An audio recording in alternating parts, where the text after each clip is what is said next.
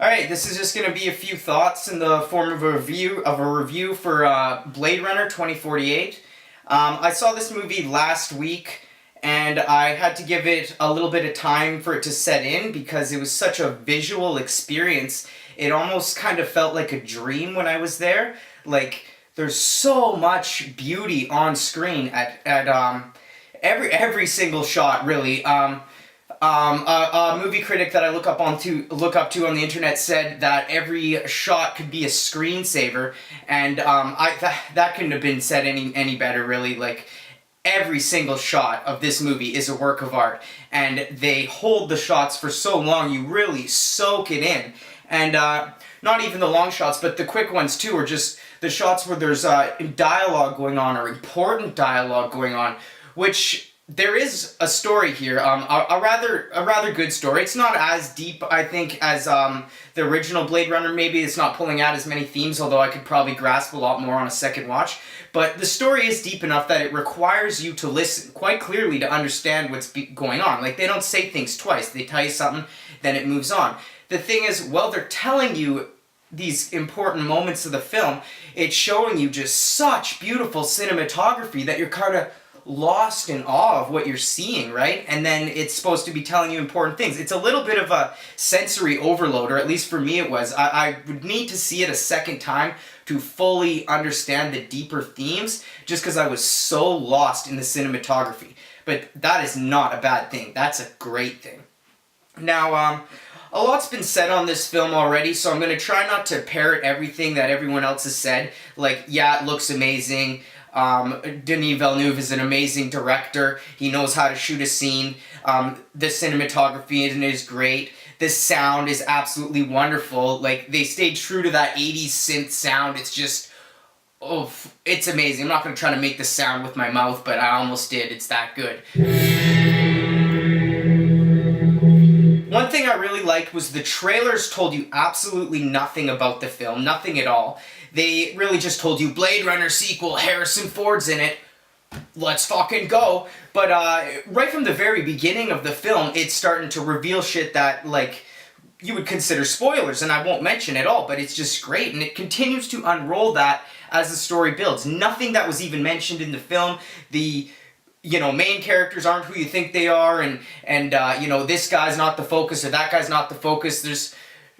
It's not really any one character study. It's a larger look into, I guess, what it means to be human or something. But regardless of, like, the themes, I just want to focus on the movie making aspect of it for a bit, because the original Blade Runner, to me, rewatching it now, it's so amazing to look at, because except for a couple of the opening CG scenes and, like, the flying car shit in Blade Runner, it's all done in camera, and it's huge sets they built inside a soundstage, just fucking making it look like the future, right? And shit, it really did. And for the most part, this sequel, 2048, stays true to that. The set decking is lovely, it's all very artistic, it's very real. A lot of the action sequences were done in camera and it was absolutely amazing. One of the ending fight scenes with waves crashing in was just awesome. All in camera. I assume it's probably in a soundstage. Anytime there's water in a movie, I really like to see that, because I know how difficult it is to work with rushing water, and they did it so well here. I'm not a Ryan Gosling fan. Maybe I was in Breaker High. Like, that's my Ryan Gosling. That's my Ryan Gosling right there. But I'm not on this. I don't even think he has much range. I don't think he's a very talented actor, and I think he mostly plays himself. Just a good-looking, vapid drone. But in this, he does that quite well, and it works. It works pretty good for the movie, actually. Ryan Gosling nailed this part. Harrison Ford, he's in it because if he wasn't in it, it wouldn't be a fucking Blade Runner sequel. And they nailed him down. They probably gave him a shitload of money to do it, and he did it well. He didn't even frown the whole time. He almost looked like he was having some fun. And that's important, right? Yeah, so I've heard people kind of hate on this. One guy I talked to on the internet said he took his girlfriend to it and she didn't like it. That's one thing I could easily say. This is not a movie for girls. It's totally a dude's movie, whatever that means. When I went there, the entire theater was middle-aged, heavy men with balding hair eating fucking popping chips from outside environments, eating burgers and 7-Eleven fucking pop inside the theater. That's fucking what I want to see when I go to Blade Runner, for real. Good crowd. Real good crowd. Everybody was pretty stoked to be there. Just a bunch of quiet people ready to watch Blade Runner. And that's great. That's great. What else here? Okay, yeah, something about the movie's length. It's almost 3 hours, and people say, oh, it's long, you know, it's kind of a slog to get through.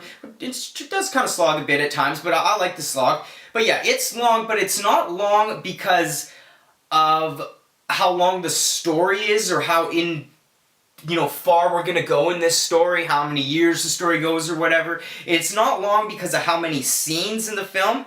This movie, and it's true to say this, people have said this and it's true.